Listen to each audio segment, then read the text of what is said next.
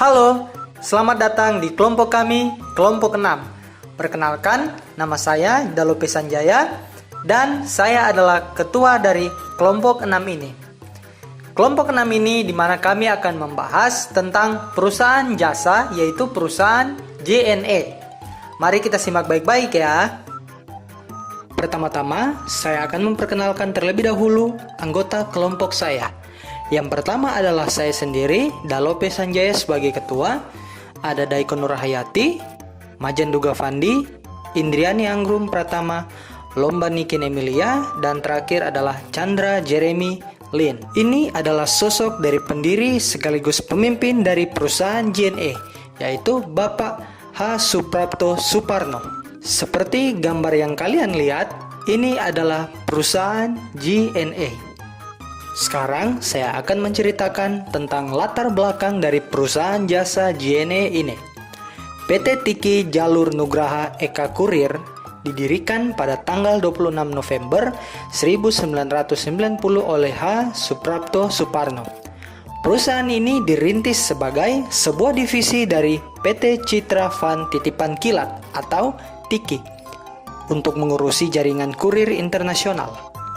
Bermula dengan 8 orang dan kapital 100 juta rupiah, JNE memulai kegiatan usahanya yang terpusat pada penanggang kegiatan kepabeanan, impor kiriman barang, dokumen serta pengantarannya dari luar negeri ke Indonesia. Pada tahun 1991, JNE memperluas jaringan internasional dengan bergabung sebagai anggota Asosiasi Perusahaan-Perusahaan Kurir Beberapa Negara Asia atau ACA yang bermarkas di Hong Kong, yang kemudian memberi kesempatan kepada JNE untuk mengembangkan wilayah antara sampai ke seluruh dunia. Karena persaingannya di pasar domestik, JNE juga memusatkan dan memperluas jaringan domestik dengan jaringan domestiknya Tiki dan namanya. JNE mendapat keuntungan persaingan dalam pasar domestik. JNE juga memperluas pelayanannya dengan logistik dan distribusi. Selama bertahun-tahun, Tiki dan JNE berkembang dan menjadi dua perusahaan yang punya arah masing-masing. Karena ini kedua perusahaan tersebut menjadi saingan. Akhirnya JNE menjadi perusahaan diri sendiri dengan manajemen sendiri. JNE membuat logo sendiri yang membedakannya dari Tiki. JNE membeli gedung pada tahun 2002 dan mendirikan JNE Operation Sorting Center. Kemudian pada tahun 2004, JNE membeli gedung untuk dijadikan kantor pusat. Keduanya berada di Jakarta. Saat ini kantor pusat PT Tiki JNE berada di Tomang Raya nomor 9 dan 11 Jakarta Barat. Perusahaan JNE menyediakan jasa pengantar atau kurir yang mengantarkan barang atau paket kepada customer. Divisi Ekspres JNE melayani kiriman paket dan juga dokumen dalam negeri melalui lebih dari 1.500 titik layanan eksklusif dari penjemputan hingga pengantaran yang tersebar di seluruh Indonesia. Di sini juga mereka memiliki aplikasi MyJNE. MyJNE ini adalah aplikasi berbasis Android yang terhubung dengan nomor telepon pelanggan JNE Express, baik sebagai pengirim maupun sebagai penerima. Fungsi aplikasi MyJNE ini adalah mengecek tarif pengiriman JNE seluruh Indonesia, mengecek status pengiriman JNE, mengecek lokasi JNE terdekat, melakukan transaksi jual beli antara penjual dan pembeli individu. Bagaimana bisnis JNE ini dijalankan dan informasi lainnya mengenai bisnis ini. Sejak awal didirikan, visi JNE adalah menjadi perusahaan jasa distribusi dengan standar internasional yang mampu melayani kebutuhan semua lapisan masyarakat dan menjadi tuan rumah di negeri sendiri. Sedangkan misi JNE adalah memadukan jasa pengiriman, kepabeanan, pergudangan, dan pendistribusian dalam satu sistem yang terintegrasi secara efektif dan fleksibel. Mendayagunakan jaringan dan infrastruktur yang dimiliki sehingga bisa berkontribusi pada proses perputaran roda ekonomi. Para pendiri JNE menyadari sepenuhnya bahwa medan bisnis di Indonesia tidaklah mudah. Industri logistik adalah industri yang bukan hanya padat modal, tetapi juga padat teknologi. Proses bisnis yang berstandar tinggi dan kecepatan dalam pengiriman menjadi andalan bagi siapa saja yang terjun di bisnis ini. Bagi perusahaan yang ingin unggul di sektor ini, diperlukan pendanaan dan infrastruktur yang kuat mulai dari bagian penerimaan barang yang akan didistribusikan hingga pengiriman ke lokasi pelanggan dengan cepat dan kualitas terjamin. Jadi kecepatan, kualitas, dan kepastian menjadi inti bisnis ini. Karena konsumen membutuhkan pelayanan yang excellent dan hal ini bisa dijalankan dengan manajemen SDM andal serta teknologi informasi yang mumpuni. Dua hal ini membutuhkan investasi yang besar. Tentukan bagian-bagian dalam perusahaan tersebut yang bisa diidentifikasi. Di sini kami memiliki 4 bagian yang akan kami identifikasi. Bagian yang pertama ada perekrutan karyawan, bagian kedua fasilitas yang digunakan driver, bagian ketiga proses pengiriman, dan keempat adalah penetapan harga. Setiap perusahaan pasti ingin proses rekrutmen berjalan dengan baik. Besar harapan pelamar kerja atau kandidat terpilih nantinya bisa berkontribusi memajukan perusahaan mencapai tujuannya dan juga meningkatkan pendapatan secara finansial. Untuk itu, perusahaan mempersingkat proses rekrutmen menjadi lebih efektif dan efisien dalam menemukan karyawan yang tepat dan berkualitas. Adapun cara-cara yang dilakukan dalam proses rekrutmen karyawan di perusahaan adalah: yang pertama, mengidentifikasi kebutuhan akan suatu posisi. Identifikasi terlebih dahulu posisi baru atau pergantian karyawan di perusahaan. Salah satu cara terbaik untuk melihat hal ini adalah adanya keadaan di mana karyawan memiliki terlalu banyak beban pekerjaan sehingga membutuhkan bantuan. Keputusan merekrut karyawan baru harus seimbang dengan keputusan perusahaan dan karyawan yang sudah ada. Hasil dari perekrutan ini harus sesuai pula dengan rencana bisnis perusahaan. Yang kedua adalah rencanakan perekrutan untuk posisi yang diinginkan. Setelah proses identifikasi yang sebelumnya dilakukan, sekaligus mendeskripsikan pekerjaan untuk posisi tersebut, sehingga memudahkan HRD untuk mencari tenaga kerja yang tepat. Buat rencana perekrutan berdasarkan informasi tersebut, pikirkan bagaimana tim HRD akan mempublikasikan informasi lowongan, siapa yang akan meninjau proses secara keseluruhan, serta siapa saja yang akan berpartisipasi ketika proses wawancara. Yang ketiga adalah publikasikan lowongan. Informasikan lowongan ini termasuk kepada karyawan lama, karena besar kemungkinan ada kandidat internal perusahaan yang mungkin memenuhi kriteria tersebut.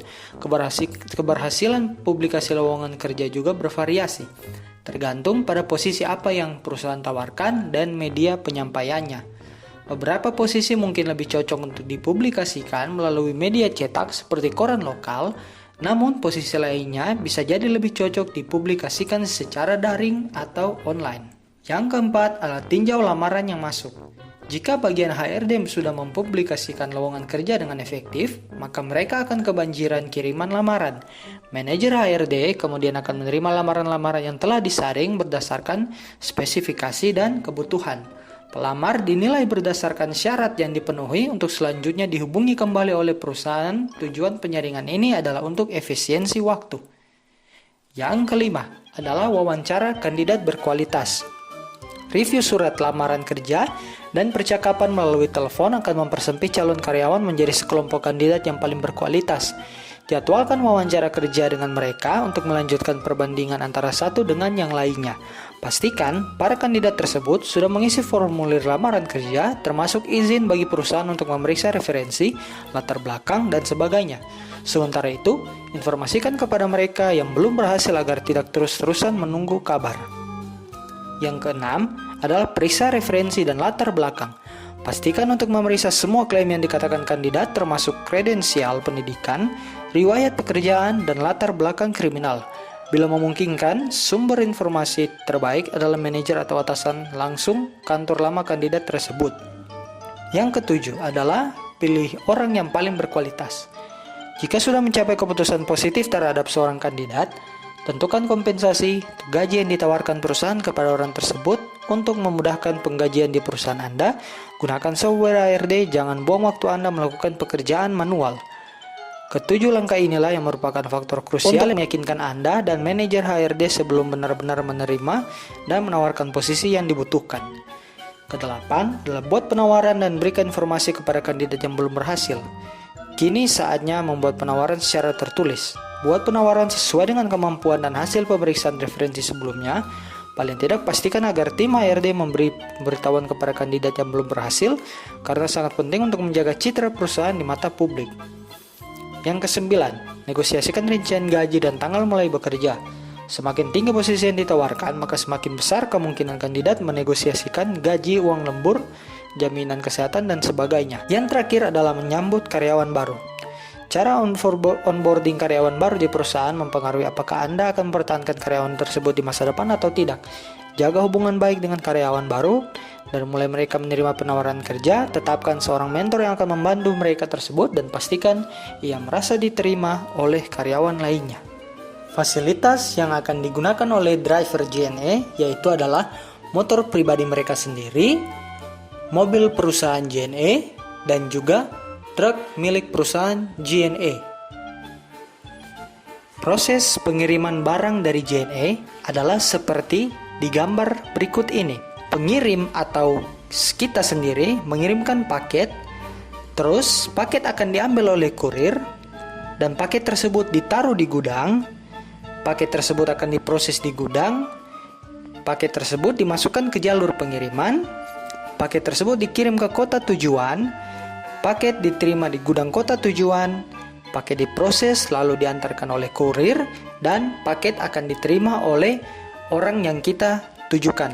Selama tahapan tersebut, pengguna JNE bisa melacak pengiriman mereka. Untuk itulah nomor resi digunakan. Apa itu resi? Resi adalah sebuah nomor atau kode unik yang berfungsi untuk mengidentifikasi serta melacak keberadaan paket. Setiap nomor resi punya data yang berbeda-beda menyesuaikan dengan paket, alamat tujuan, pihak pengirim, serta pihak penerima. Setiap tahapan pengiriman paket dapat kita lacak atau track dengan memanfaatkan nomor resi tersebut, di mana pada halaman tracking nantinya akan ditampilkan beberapa istilah berikut. Receive at JNE Officer atau paket baru diterima JNE dari pengirim. Pick by courier at JNE Officer, paket dari pengirim diambil kurir dari kantor. Receive at Sorting Center atau paket diterima di gudang. Receive at Origin Gateway, paket sudah diproses kemudian akan dikirim. Receive at Warehouse, paket sampai di gudang kota tujuan. With Delivery Courier, paket sedang dibawa oleh kurir. Dan Receive, paket telah diterima. Proses penetapan harga dari pengiriman JNE ini, tarif pengiriman harus dapat dijangkau oleh semua masyarakat. PT JNE Express menggunakan prosedur penetapan tarif pengiriman barang berdasarkan volume besarnya barang, jauhnya lokasi pengiriman, dan keamanan pengiriman sampai pada tujuan, dan ukuran berat barang ditentukan berdasarkan basis kilogram. Bagian mana yang rencananya akan dianalisa bisnis prosesnya, yaitu bagian dalam proses pengiriman, tahapan-tahapan pengiriman JNE, di mana saya sudah jelaskan di sebelumnya tentang bagaimana proses pengiriman dari JNE. Alasan memilih proses bisnis JNE.